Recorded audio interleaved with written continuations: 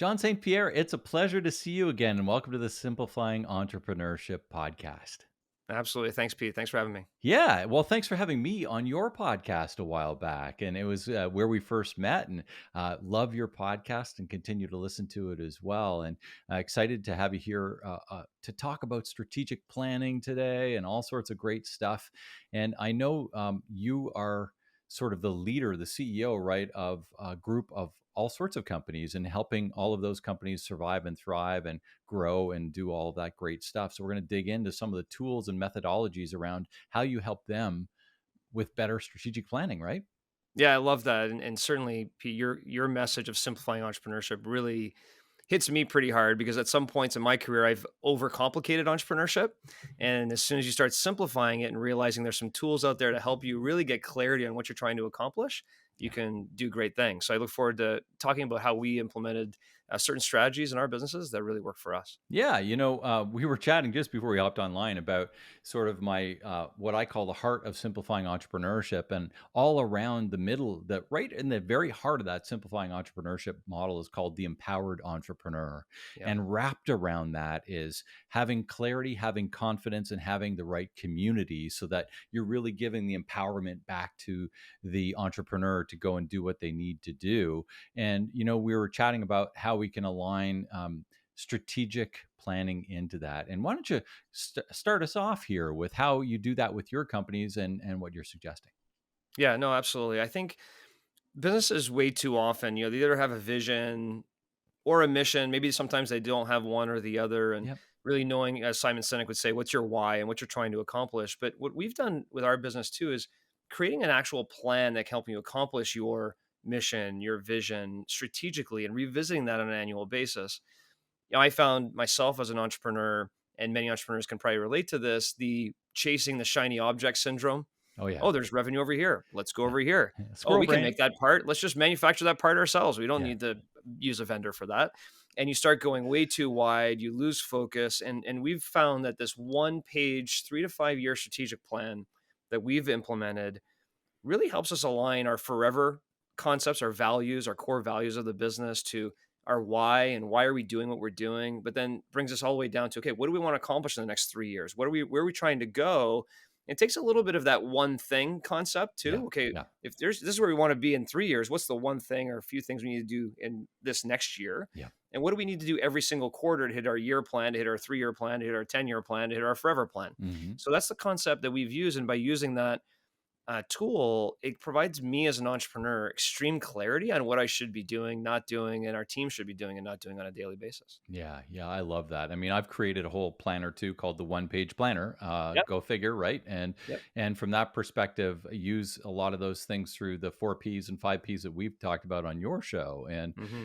it's so important to have some sort of framework, whatever the framework is, to give you that guidance and that clarity. Because without the clarity, we can't get the confidence, right? That's And right. and so many entrepreneurs are stalled because they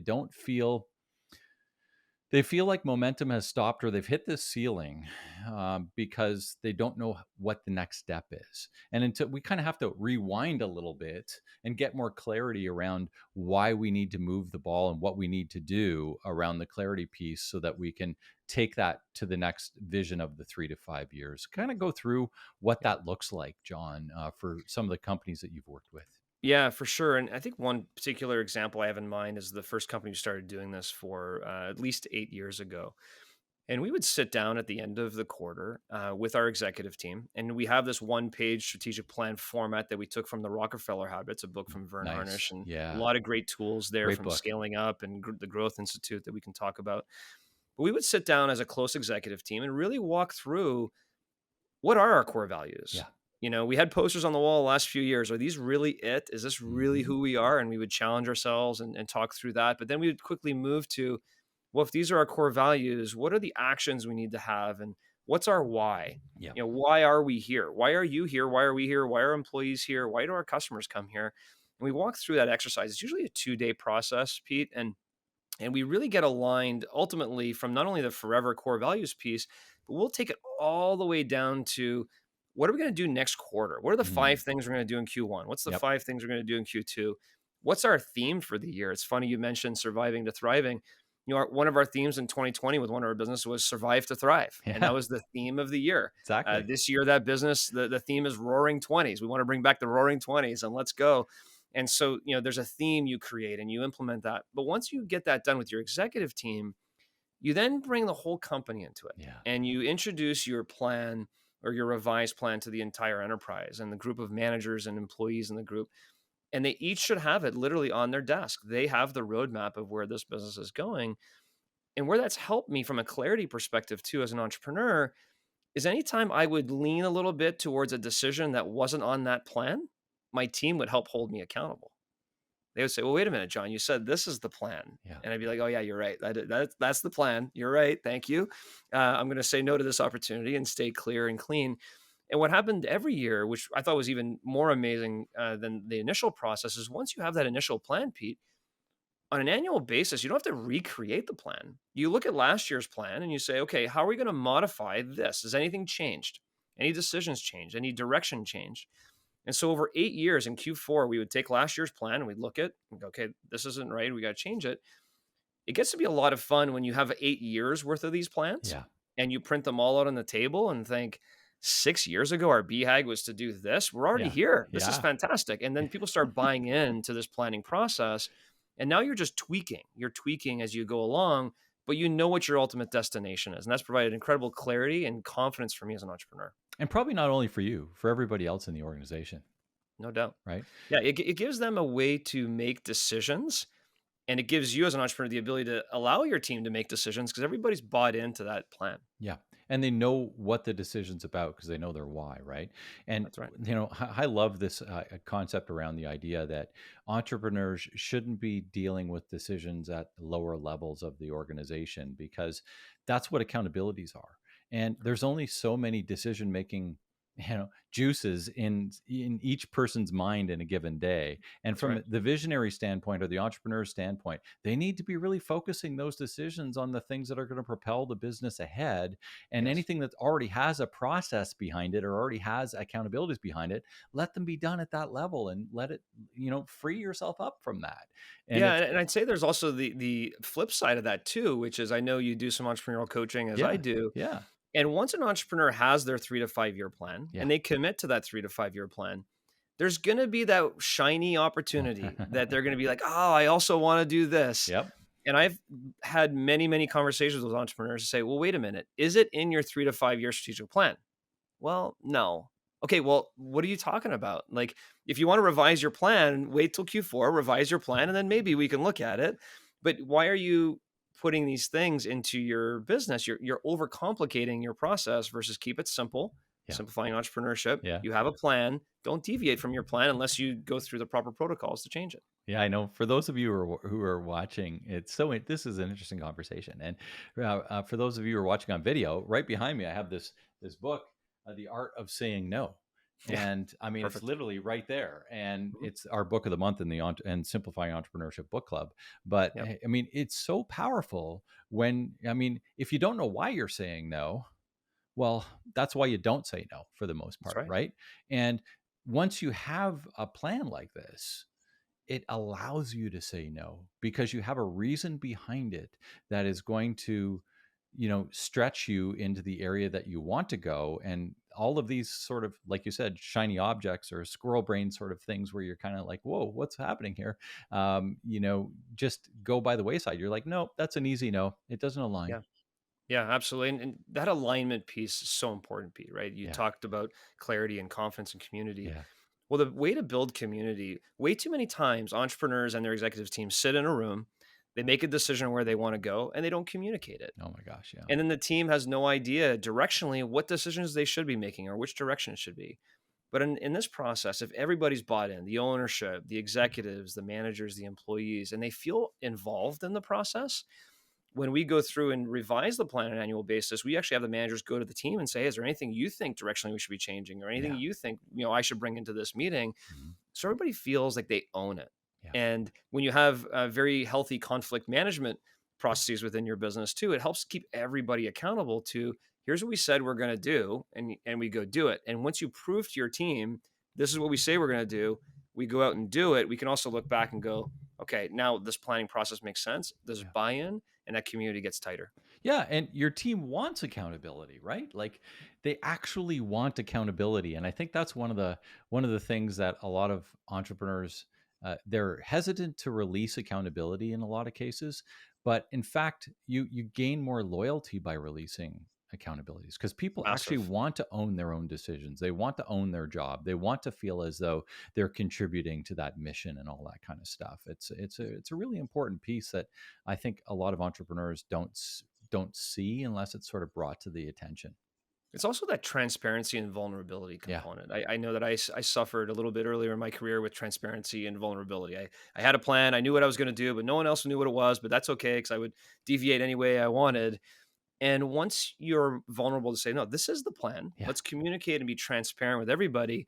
And I'm giving you all license to hold me accountable to this plan. for sure. That's where you can really get laser beam focused on really what you're trying to accomplish. And the results we've seen myself and through other businesses have been phenomenal. John, before we wrap it up, I want to just kind of dig down into one other sort of section because you touched on it little while ago, and it's the communication of this. Yeah. Like okay, we've done our offsite. We've spent 2 days. We've got this thing. You'd mentioned, hey, this should be on everybody's desk. Yeah. But you know, it's one thing to be on the desk, but it's one thing to be actively on the desk or Yeah. actively being looked at and things like that. And what do you suggest with the teams that you work with and things like that as to how to keep this front and center throughout the entire year? Yeah, no, it's great. I think first off, in terms of how we launch this, we have a company event, whether it be a Zoom or live, Hmm.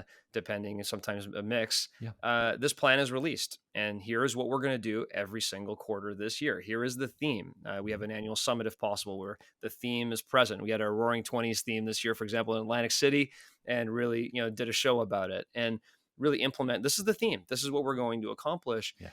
And I think you said it very well earlier too. The employees want this because the Mm. employees want to know directionally where we're going and how we're going to do things. So when decisions come up, if the first thing in everybody's mind is, well, is that in the plan? It becomes second nature to people understanding, oh, is it in the plan? Yeah. Oh, yes, it is in the plan. Okay, therefore we are treating this seriously. It's similar to having core values on the wall, but no one ever talks about Yeah. them. Exactly. If you could have all the posters in the world, your core values may not being displayed in your business because they're just a poster on the wall. Hmm. If you create this 3 to 5 year plan, put it on everybody's desk, and no one cares about it, it's a moot point. So it's very important as an entrepreneur that you take this task seriously, Yeah. and that you ask your management team continuously, and they cascade downwards and downwards. What are we going to do to contribute to this plan? So that may be another component, Pete, that we didn't even talk about, which is the cascading of this plan. Yeah. So this plan is a master plan for the overall organization. Well, if you're in the sales team, your sales team should be getting together and go, okay, what are we going to do every quarter to contribute to hitting the quarterly and the annual plans and the 3 year Exactly. plan? And the finance team's doing the same thing, and the operations team doing the same thing. So your leaders really need to cascade this plan down through the organization and make sure that every decision they're being made, the question is always asked, does this fit our 3 to 5 year strategic plan document? Yeah. Yeah, I love that. And I think, when I look at that whole thing, I think it's actually the leader's number one job to continuously communicate that plan each and every day in every way that they possibly can to their team, to their clients, to everybody that needs to know in order for this business to run. And, once that's done, if that's communicated clearly, everybody knows what to do. Everybody knows which track they're on and why they're doing what they're doing. And, that's it's just such a fundamental part that, you go through all this effort and, structure to put these things together, that it's actually communicated throughout the entire year, not just once a quarter or, whatever the case is. Yeah, us entrepreneurs, we get criticized when we don't walk the walk. We talk the walk. Yeah. And if you walk the walk and just take this time to create this strategic plan and really implement it in your business, it will really simplify your life. Yeah. It'll make your life a lot easier. It'll be clear. It'll be communicated. You'll create that community that you talk about a lot about, Pete. And Yeah.